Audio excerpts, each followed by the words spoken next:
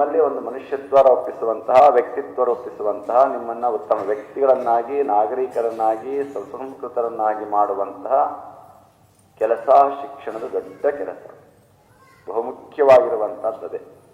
ಅದನ್ನೇ ಅವರು ಹೇಳಿರುವಂಥ ದೈವಿ ಗುಣಗಳು ಅಂತ ಹೇಳಿದ್ದಾರೆ. ಒಳ್ಳೆಯ ಗುಣಗಳು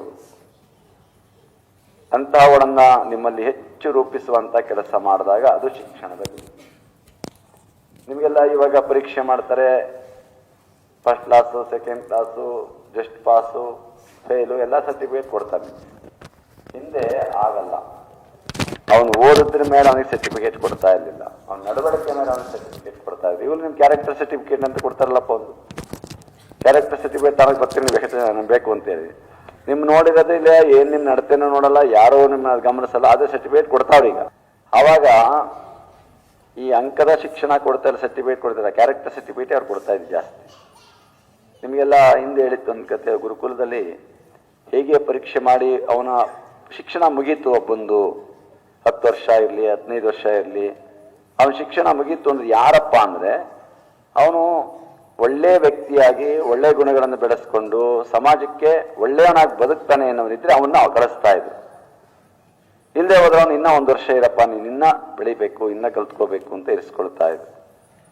ಅದು ನಿಜವಾದಂಥ ರೀತಿಯಲ್ಲಿ ಶಿಕ್ಷಣವನ್ನು ಕೊಡುವಂಥ ಪದ್ಧತಿ ಇತ್ತು.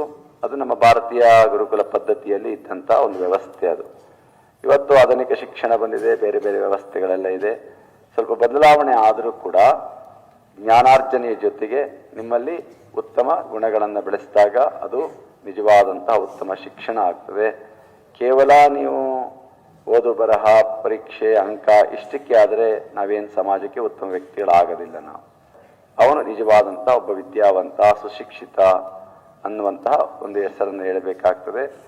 ಅದಕ್ಕಾಗಿ ನೀವೆಲ್ಲ ಕೇವಲ ಓದು ಬರಹ ಶಾಲೆ ಅಷ್ಟೇ ನಿಮಗೆ ಸೀಮಿತ ಆಗಬಾರದು. ಮೀರಿ ಉತ್ತಮ ಗುಣಗಳನ್ನು ರೂಪಿಸಿಕೊಳ್ಳುವಂತಹ, ನಡವಳಿಕೆಗಳನ್ನು ರೂಪಿಸಿಕೊಳ್ಳುವಂಥದ್ದೂ ಕೂಡ ಅಷ್ಟೇ ಮುಖ್ಯವಾಗಿರುವಂತಹದ್ದು.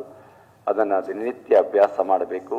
ಅದು ಉತ್ತಮವಾದಂತಹ ಸುಶಿಕ್ಷಿತರಾಗುವಂಥ ರೀತಿ ಆಗ್ತದೆ.